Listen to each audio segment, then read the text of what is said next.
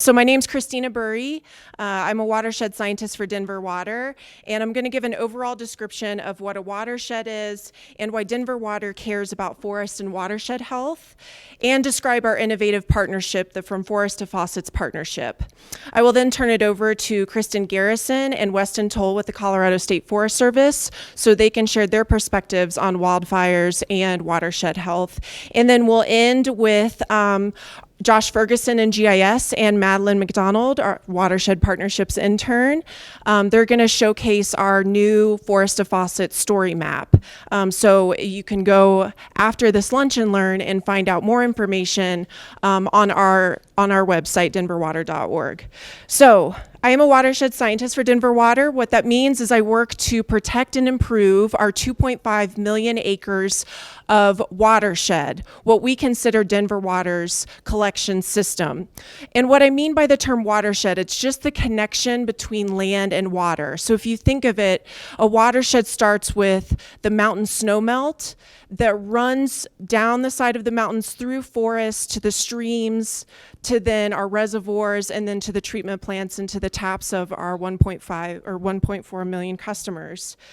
About 54% of our watershed is national forest. So a big part of my job is forest health and forest management.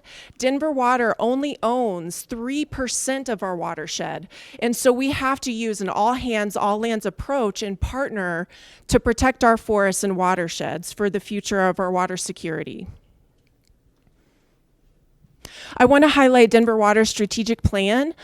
Denver Water is a leader and an environmental steward by showcasing in our strategic plan that we want to sustain healthy watersheds as part of our collection, treatment, and delivery system to provide high quality water at an affordable rate. So this is a big step for Denver Water to say sustaining healthy watersheds is a priority for us, and it is a smart business decision to protect the forests and the watersheds to protect our raw water supply. And Denver Water learned some lessons in the past from the past wildfires to get where we are today.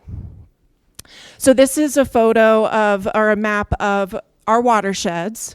So you can see the red are the wildfires that have occurred in the watersheds. Especially in the Upper South Platte watershed, the yellow watershed that you see, there's been a lot of fires, and we've had some impacts from these fires. So there was the Hayman fire in 2002, which was Colorado's largest wildfire. And there's also the Buffalo Creek fire in 1996. And Denver Water experienced some costly impacts associated with those fires. So a little bit about From Forest to Faucets. So Denver Water, experiencing the costs associated with those fires in the past, knew that they had to take a proactive approach and work with partners to protect our forests and watersheds to prevent another catastrophic fire and the costs that we incurred associated with those fires. So the From Forest to Faucets partnership formed in 2010, and it was an agreement between Denver Water and the U.S. Forest Service to do forest treatments and help to restore the forest, and also to restore the areas that burned in the Hayman fire and the Buffalo Creek fire. So the partnership began in 2010, and we recently renewed it in 2017 and included the Colorado State Forest Service and the Natural Resources Conservation Service.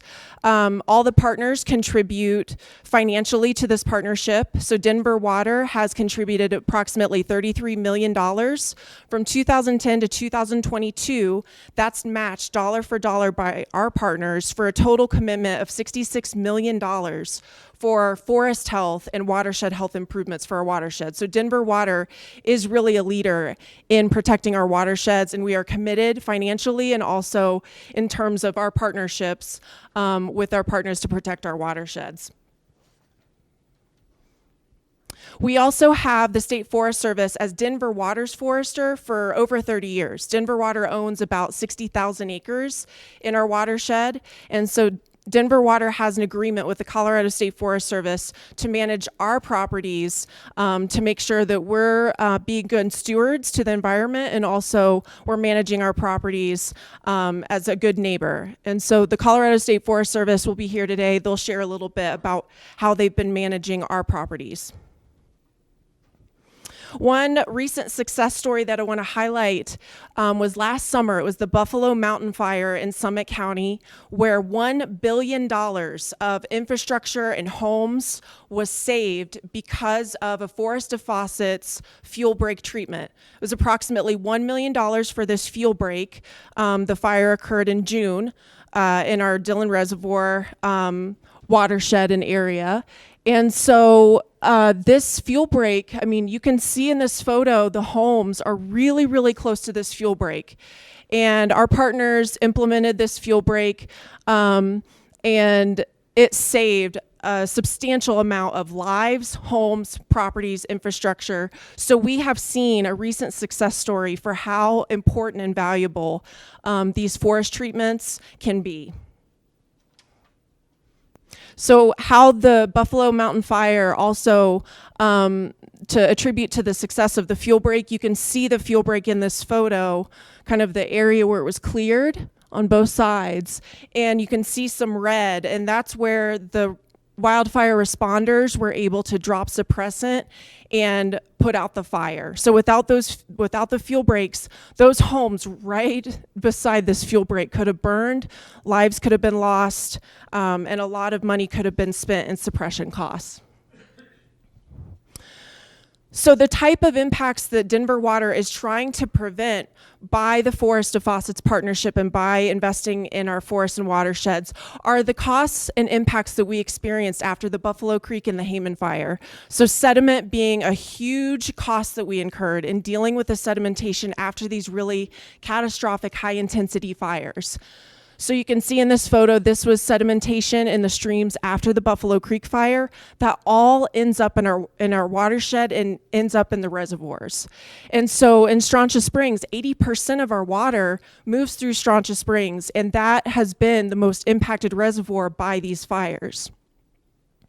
And you can see debris as well. It's not just the sediment, it's the debris that drain into the reservoir that we also have to deal with in terms of the costly impacts after these fires.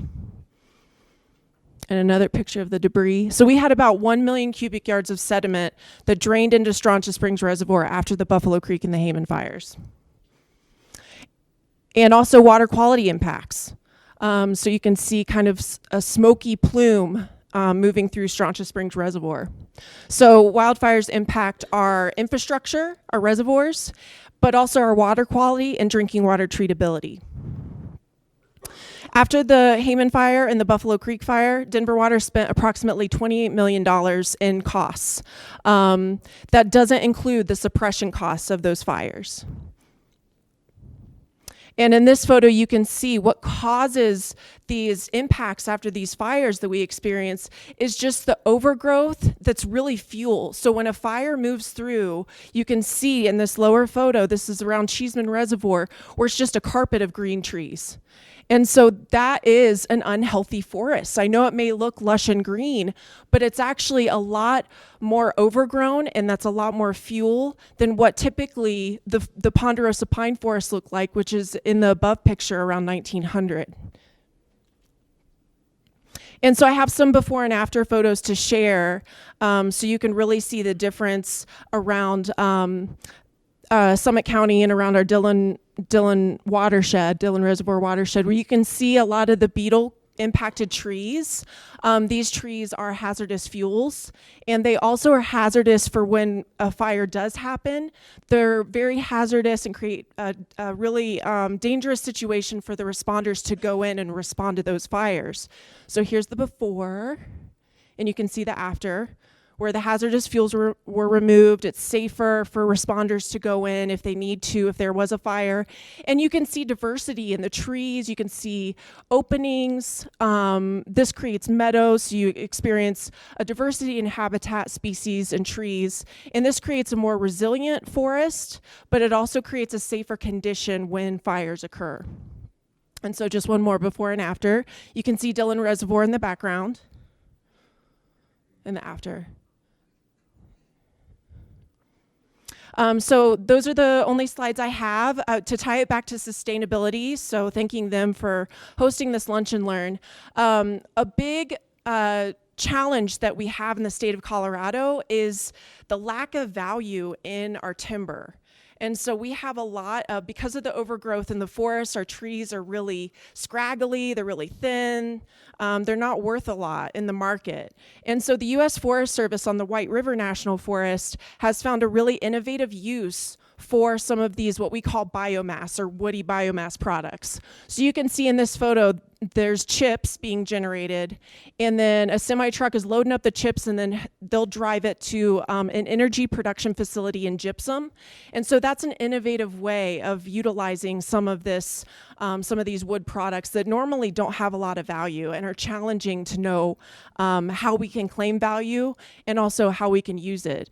A lot you may have heard beetle kill wood. So I just found out on the tour of our new building, they're using beetle kill wood in there, which is amazing. That's great that we're using some of these products that traditionally haven't been used very often. And so I'm really excited to see the use in the new admin building. So I'm going to turn it over to Kristen Garrison with the Colorado State Forest Service, and she's going to share her perspectives and also experience being Denver Water's forester.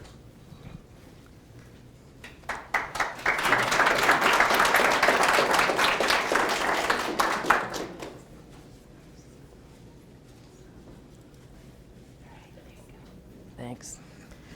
Good afternoon. Thank you all for inviting Weston and myself here to speak with you today. Am I in your way? There you go. As Christina mentioned, we work for the Colorado State Forest Service, and we've had a relationship with Denver Water for over 30 years. I personally have been involved with Denver Water properties for over 20 years now, and it's been probably one of the best experiences I've had in my career, being able to manage Denver Water lands on the ground and do some innovative treatments. As Christina says, we do serve as your forester out on the ground. We do have different field offices throughout the counties listed up there where our field staff are out and about managing Denver Water properties. We formalized our agreement with Denver Water back in 1999, and probably the biggest thing that we worked on back then was the Upper South Platte Watershed Restoration Project. That was a joint project between State Forest Service, Denver Water, U.S. Forest Service, EPA, Fish and Wildlife. And we were starting to do cross-boundary management down on the Upper South Platte watershed before Hayman fire hit, and then especially after Hayman.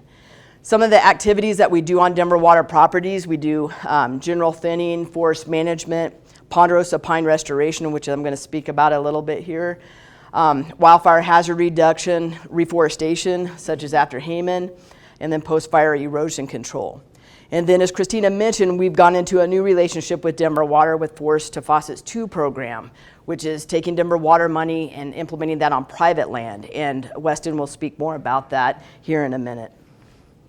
So what I wanted to talk about a little bit is some forest ecology and some fire information. We couldn't take you out into the forest, so we're going to have to bring the forest to you via photos. But, you know, we talk a lot about fire, and you see on TV, not so much right now, last year especially a lot, but the question comes up, is fire good or bad? And so from a scientific perspective, it depends.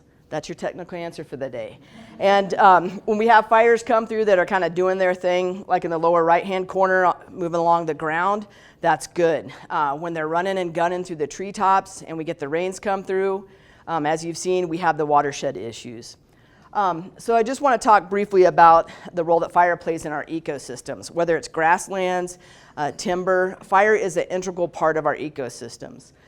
Fire will help reduce the fuels buildup. It'll recycle nutrients to, one, get those nutrients back in the soil, but also prepare the area for plants and trees to germinate.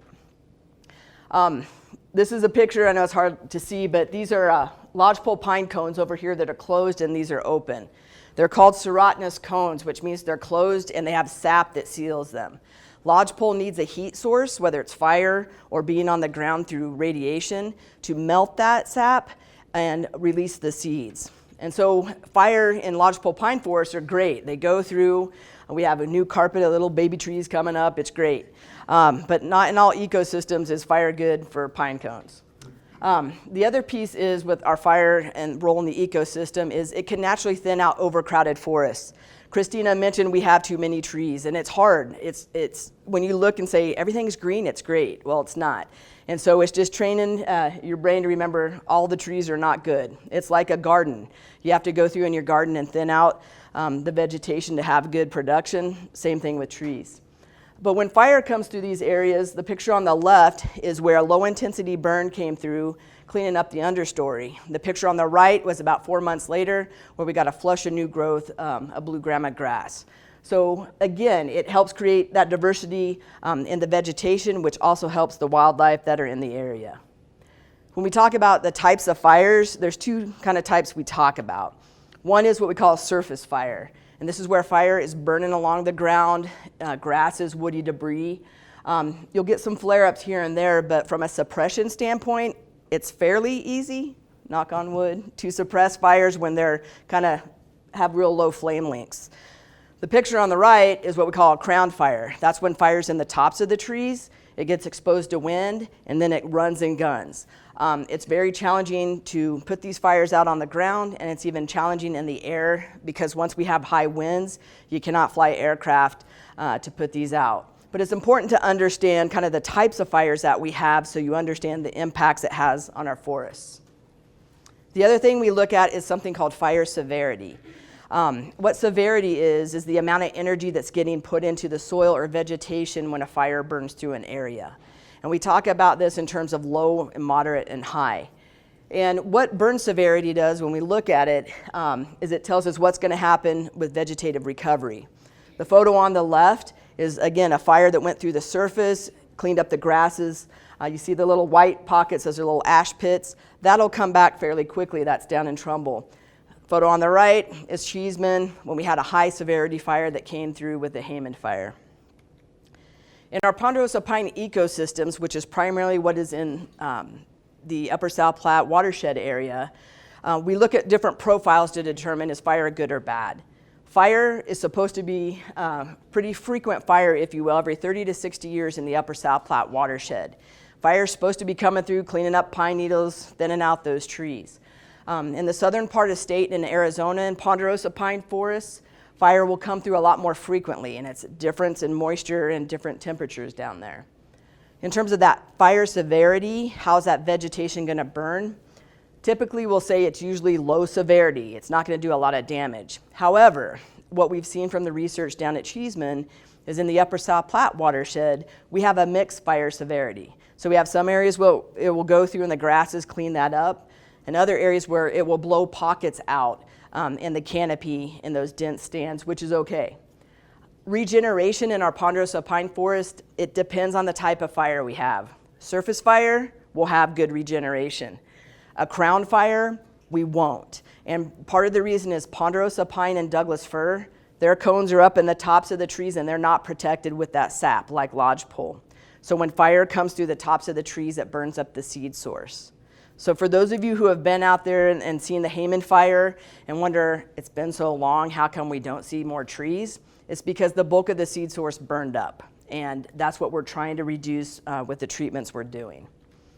So this is this is down at the Trumbull demonstration site. This is one of the earliest forest restoration treatments we did on Denver waterland, but this is what it's supposed to look like. Nice grass, tall trees. You don't see the kind of clumps and groups as much here because of the camera angle, but that's what we want it to look like. And what Christina showed is this is what we have on the right. Again, it's been really cool working with Denver Water because of all the historical photos you have, so we can do comparisons. But yeah, we're supposed to have openings, clumps and groups of trees, and that's not what we have in the ponderosa forests. An up close look at the trees is those are little ponderosa pine trees. They say little, those are 60 to 70 years old. They're what we call dog hair stands of trees. There's so many trees it's like the hair of a dog. And that's not a healthy forest. When we start going up in elevation, down on the lower right-hand corner, there's Gamble oak and Douglas fir coming up underneath these ponderosa pines. And so that's more fuel when we have one of those nice surface fires. Those turn into a crown fire very quickly from what we call ladder fuels. And so again, this is this different areas in the South Platte have these different fuel types. So again, we have a nice raging crown fire that comes through, we have rains that come through, and then we're left with what we see in the lower right-hand corner. This is actually a state wildlife area just to the east of Cheeseman that burned up in Hayman. We had it marked and ready to go for a timber sale, and then Hayman came through and did that. It created hydrophobic soils, which basically is a glass layer over the soils, so when it rains, the water sloughs off and we have erosion issues. So everybody keeps asking, why are we having this increase in our wildfire intensity and severity? And so how many of y'all know Smokey Bear? His birthday's coming up, get excited. We all love Smokey, but we shot ourselves in the foot with Smokey because, yeah, only you can prevent forest fires, but the policy starting back in 1910 was to put every fire out. And as we talked about, fire has a natural role in our ecosystems. Well, when you put every fire out, it puts us in a bad situation with too many fuels that we have. The other piece is we haven't done a good job as forest managers. We have not managed our forests well due to a number of reasons. Some people don't want to see logging trucks. There's been some bad practices go on, but that's been another issue. Then we've been adding a lot more homes into these areas where you have all the dense fuel buildup. It's a picture of the Waldo Canyon fire that happened in 2012 down in Colorado Springs. And so when you add that in, we can't let fire do what it needs to do naturally in our areas where we have what we call the wildland-urban interface. So on top of all of that, we have our changes in climate that are going on. I know this is a drought monitor from last year because that's how we looked, and this year it's all white, which is great, but again, we're going to be going up and down with drought.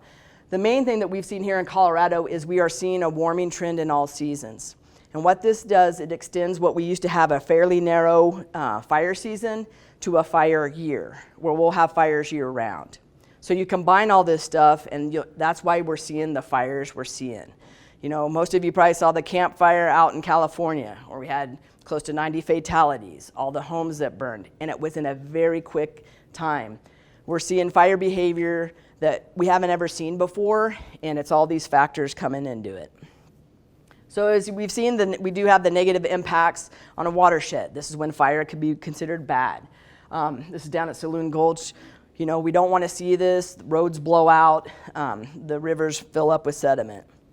And then, you know, again, Christina used this as showing, hey, here's all the fires we've had in the watershed. Been a lot of negative impacts, but again, it shows you this is also a fire-prone ecosystem.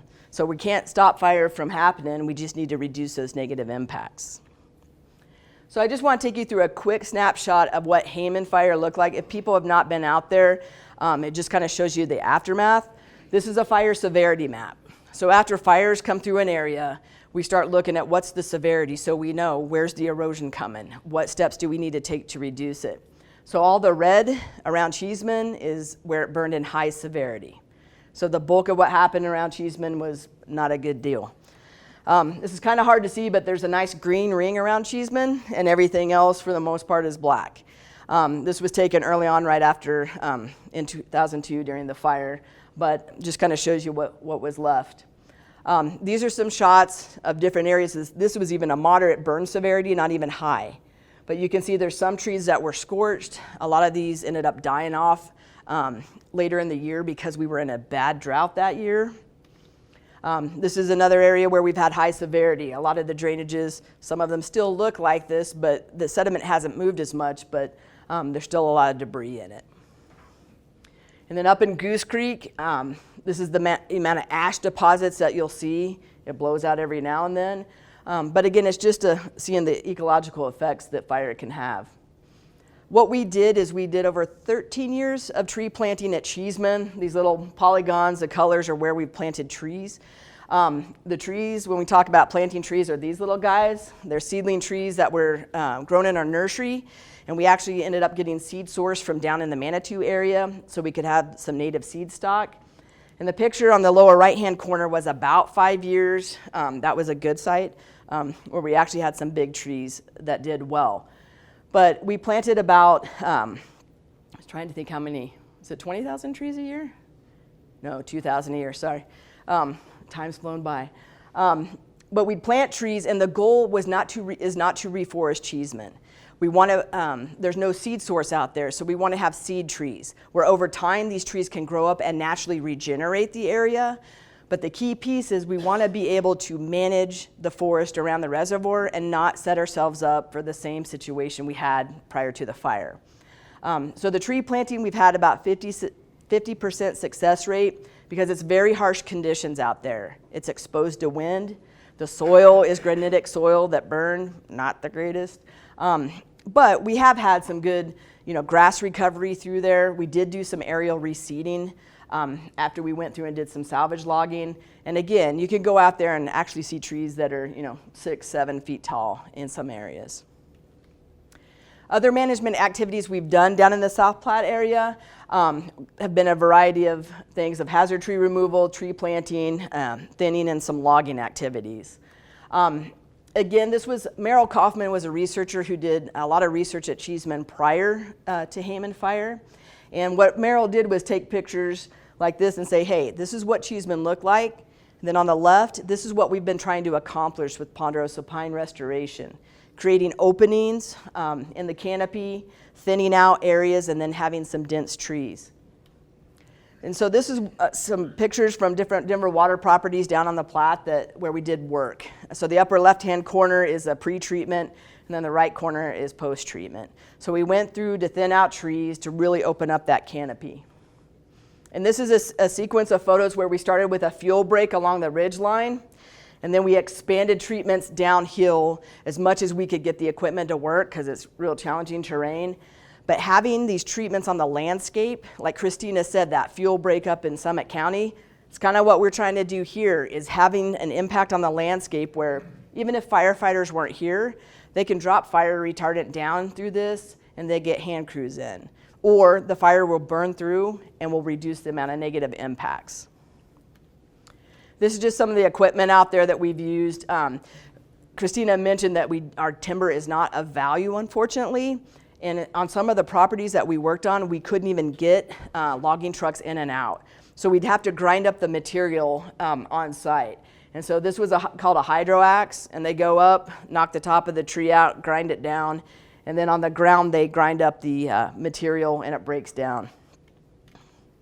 And this is an after picture of this property. It was taken about 8 years after treatment.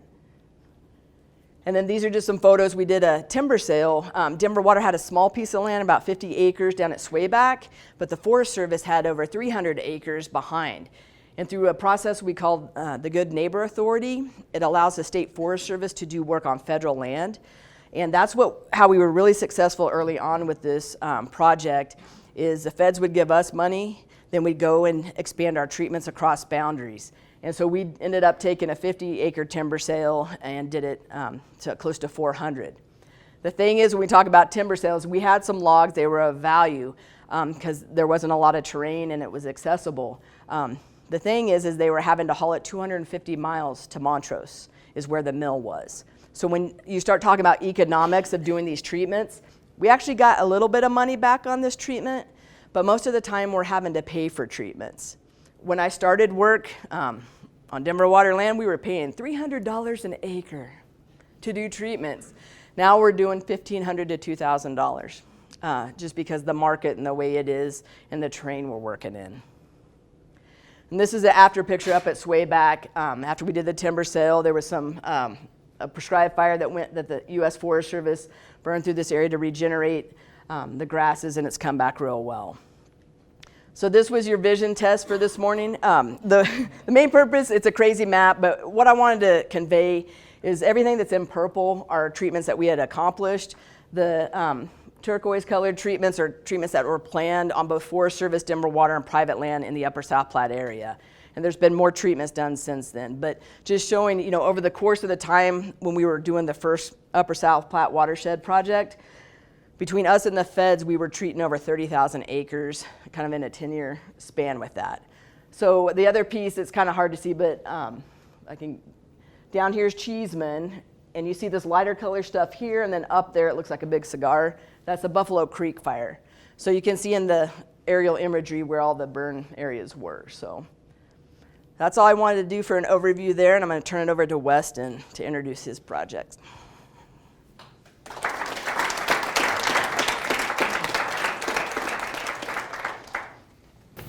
All right, thanks, Kristen. Before I jump into this, I just wanted to again thank Christina and her team for having us here today. We really value our partnership with Denver Water, so it's really cool to come and meet some more of you folks that work here and interact for a little bit. So I'm going to run through a few slides, and then I think we're going to run into the story map next, but hopefully you have a bunch of questions for us at the end too. So, as Kristen mentioned, my name is Weston Toll. I'm the Watershed Program Specialist for the Colorado State Forest Service. So I work for Kristen in our Forest Planning and Implementation division up out of our state office in Fort Collins. As been mentioned a couple times already, there's been an increase in an awareness that we really need to be thinking about watershed restoration and working across landscapes proactively with a bunch of different partners.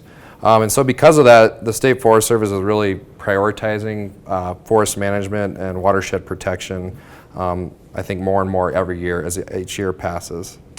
And this really includes fostering diverse partnerships. So from Denver Water to other water providers to the U.S. Forest Service and other state and governmental agencies, we really want to prioritize that. So not only do we work in areas that are key to delivering high quality water to Denver Water's 1.5 million customers, Colorado headwaters play a critical role in meeting our nation's demand for water. So snow that falls in Colorado mountains not only comes to Denver, but also goes to 18 other states downstream, and millions of people from Arizona to California to the Mississippi River system as well too. But that being said, it's really cool to see these new initiatives from many municipal water providers, and Denver Water, as Christina mentioned, is really a leader in doing this type of work. So it's really cool to partner with these water providers who are really stepping up to bat to protect our forested watersheds. Just throw out there too, we work with Denver Water, but we also work pretty closely with Colorado Springs Utilities and hopefully Aurora Water too. So expanding that portfolio is really awesome. So in addition to some of these new initiatives I talked about, we're continuing to work with water providers and other partners on existing service agreements. So I think Christina mentioned that too. We continue to serve as the foresters on Denver Water's 60,000 acres of forested watershed. And a little bit about my position. We've been working on watersheds for many years now.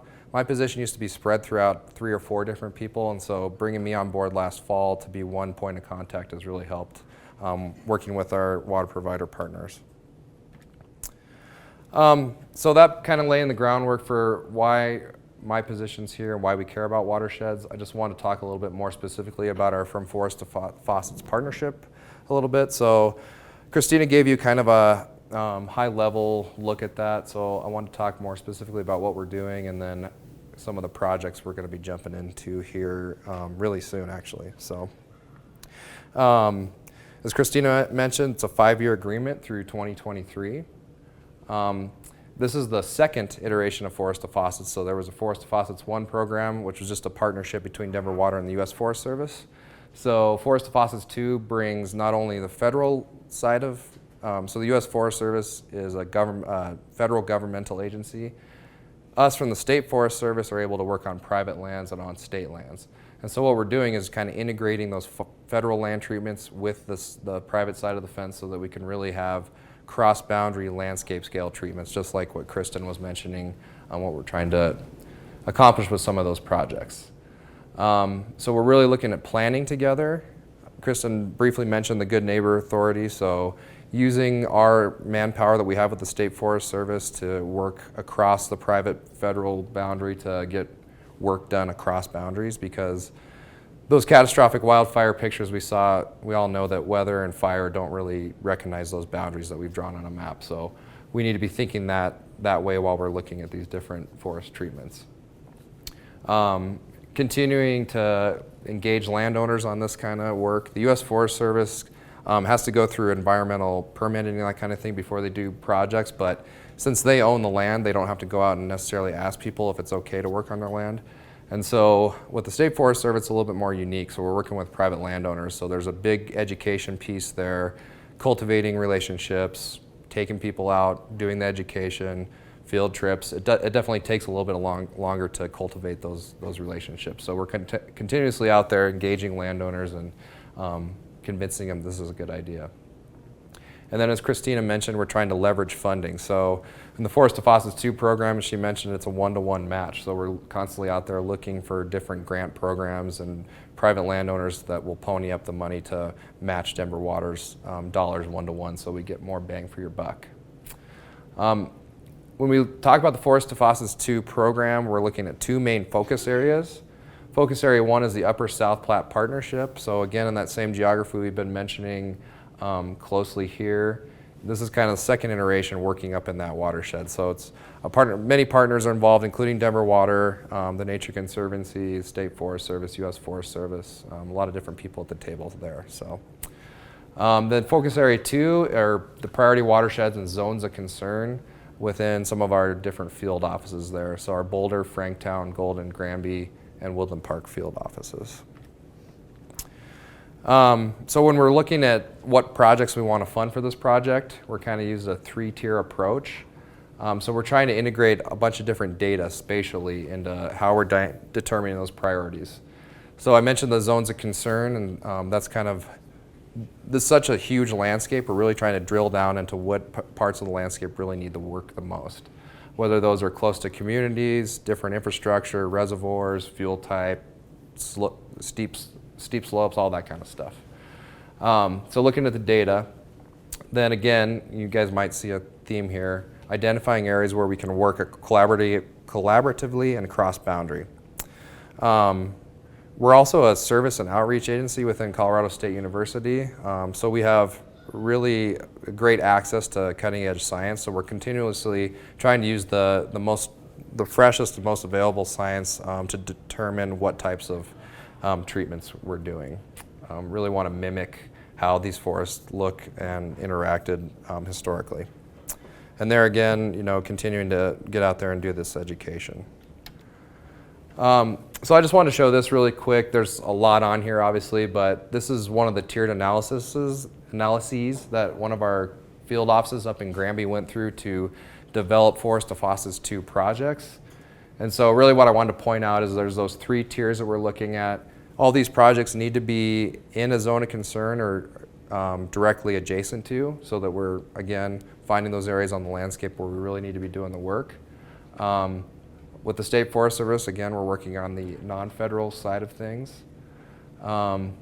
Tier 2, looking at where existing treatments are so that we can build on those and continue to build across the landscape so that if we do have a big fire, hopefully it won't do the damage like we saw with Hayman and others. We're also thinking about where roads are, how we can access these units, larger size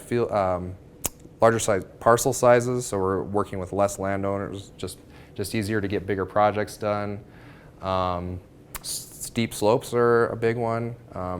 If we were super flat and there were roads everywhere, we'd have a lot easier time doing these, but as we all know in Colorado, there's not much flat ground as you get west of town here, so that's one thing we run into.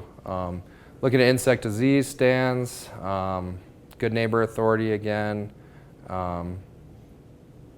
Denver Water Infrastructure. Just wanted to show you how much really goes into selecting these projects.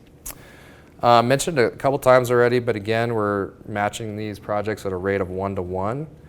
And so we're pursuing financial opportunities to make that match work, including, I just threw up a few of the federal grant programs we administer up there. So there's the State Fire Assistance WUI grant, the Landscape Scale Restoration grant, the Community Assistance Funds adjacent to National Forests and National Grasslands, and I actually wrote it up here this time, Kristen, because we're always like, the CAFA acronym that we use only captures about half of that one, but, and then National Cohesive Strategy funding. We also administer some state funds through our Forest Restoration and Wildfire Risk Mitigation Grant Program that we can match with Denver Water. And then the bottom there, you'll see that how we kind of want these budgets structured. So if we use half Forest to Faucets money, we want at least 25% landowner just to get that onus on them and have them invested in the project too, and then 25% other grants. Of course, that doesn't always happen like that, but that's really what we're aiming for while we're developing these projects. So just really quickly, I wanted to go through, we're going through kind of our first iteration here of projects that we're actually going to be funding, and some of these are going to be getting off the ground here pretty quickly. And so in that focus area 1 that I mentioned, in the Upper South Platte Partnership, some of the projects we have going are the Heavens, Pleasant Ridge, Foxton, Reynolds Park, and USPP Phase 2. These projects are really centered around that conifer, Aspen Park area, kind of points south of there. There's been a lot of good work that's done in that area, and so we're kind of trying to fill in between U.S. Forest Service treatments and then fill in those private land portions there too. So these projects are using Forest Faucets 2 money and matching that with State Fire Assistant Grant Program, some money that the Nature Conservancy has through National Cohesive Strategy funding, and then again bringing the landowners on board too. So our second focus area too, which again are the priority watersheds and zones of concern within the rest of our field offices, so both on the east side of the divide and then out of our Granby field office over on the west side of the divide. And we've got this, our initial pilot projects are going to be these, what do we have, six or seven here. So just to go over those really quickly, we've got the Miramonte project, which is out of our Boulder field office, directly adjacent to Gross Reservoir, so it's in the Gross Reservoir zone of concern. Looking at about 100 acres of total treatment there over several cycles. So right now that grant is going to be matched 50-50 with landowner contributions.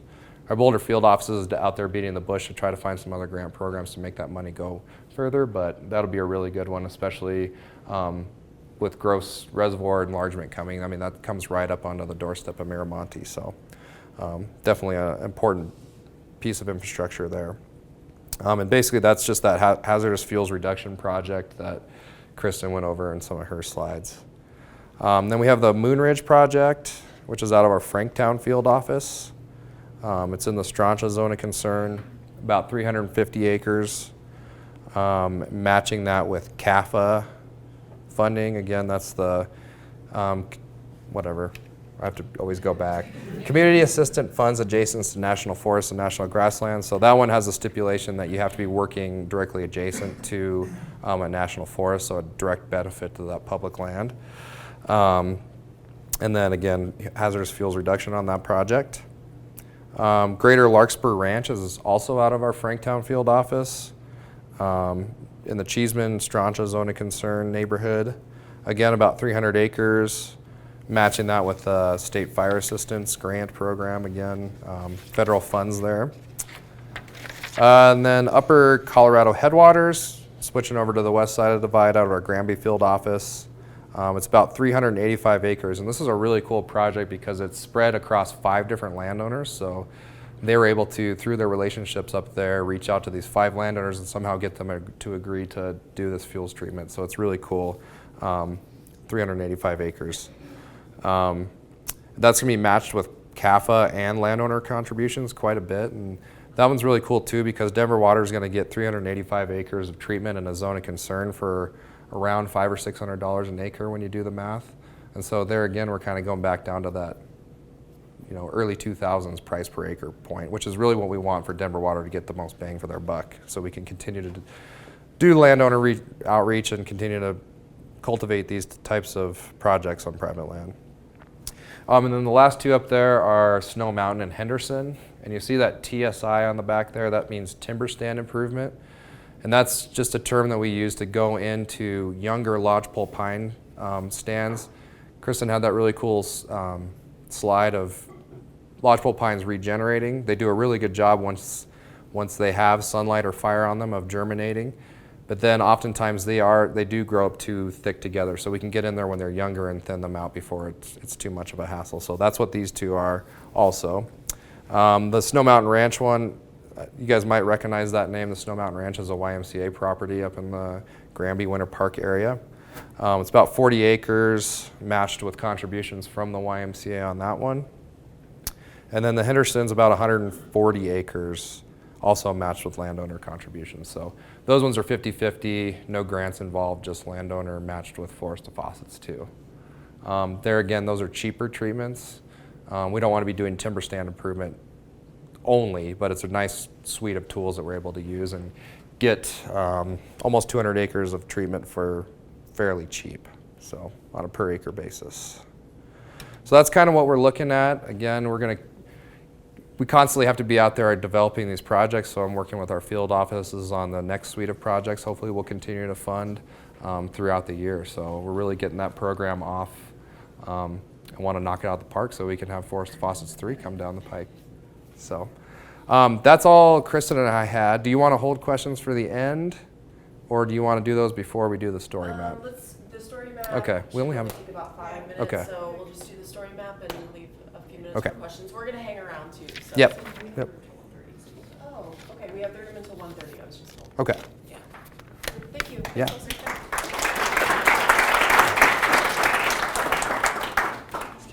Thanks, Weston. Yep. Yeah, we'll go through this briefly. We just wanted to show you a story map that Josh and I created to kind of get the word out about Forest of Faucets.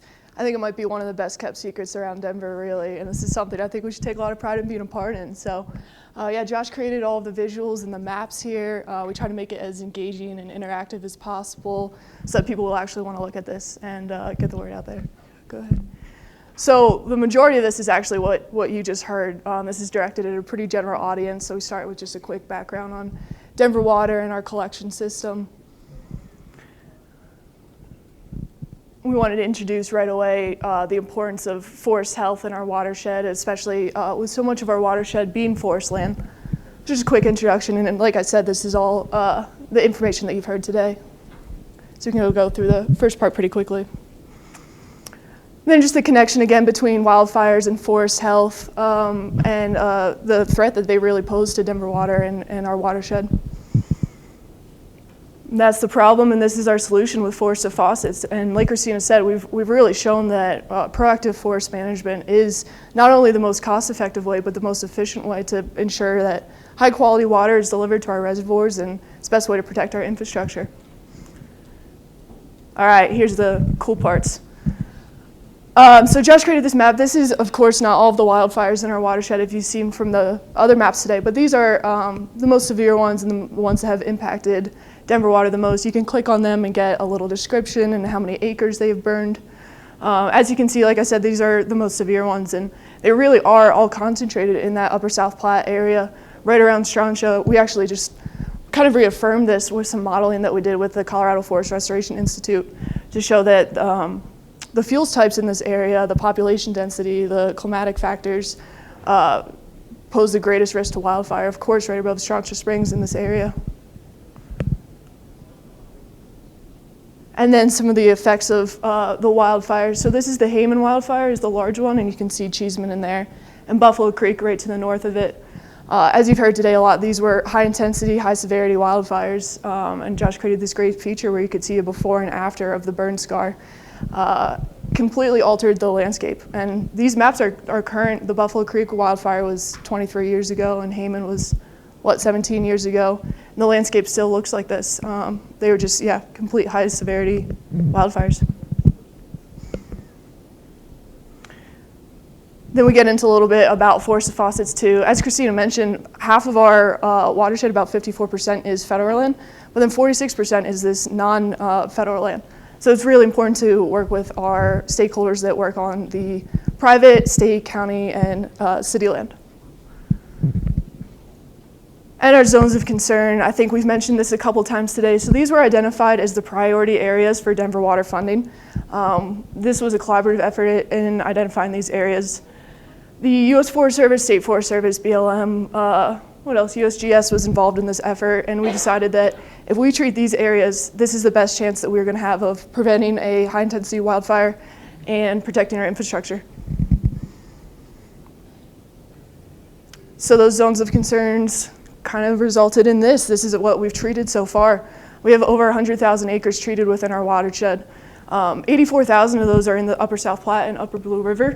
That's where most of our zones of concern were. So, and we're moving along with it. This is a video, if you have some time afterwards, 2 to 3 minutes, of some of the work that we did with the Mile High Youth Corps.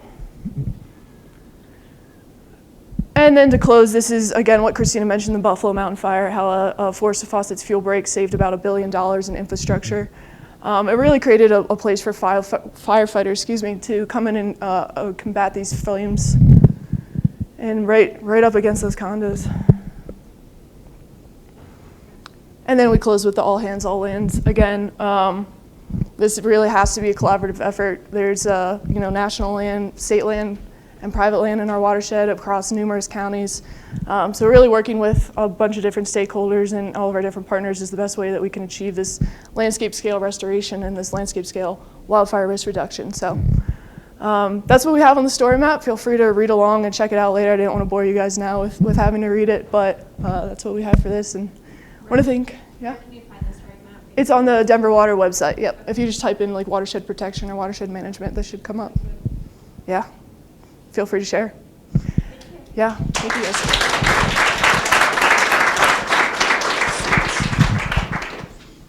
So we can open it up for questions.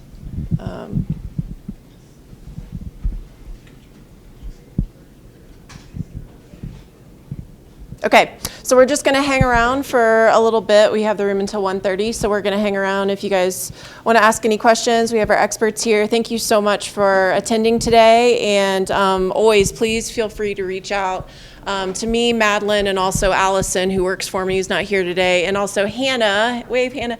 Hannah's another intern that's going to be staying on to help watershed planning, so please feel free to reach out to us anytime. Thank you so much.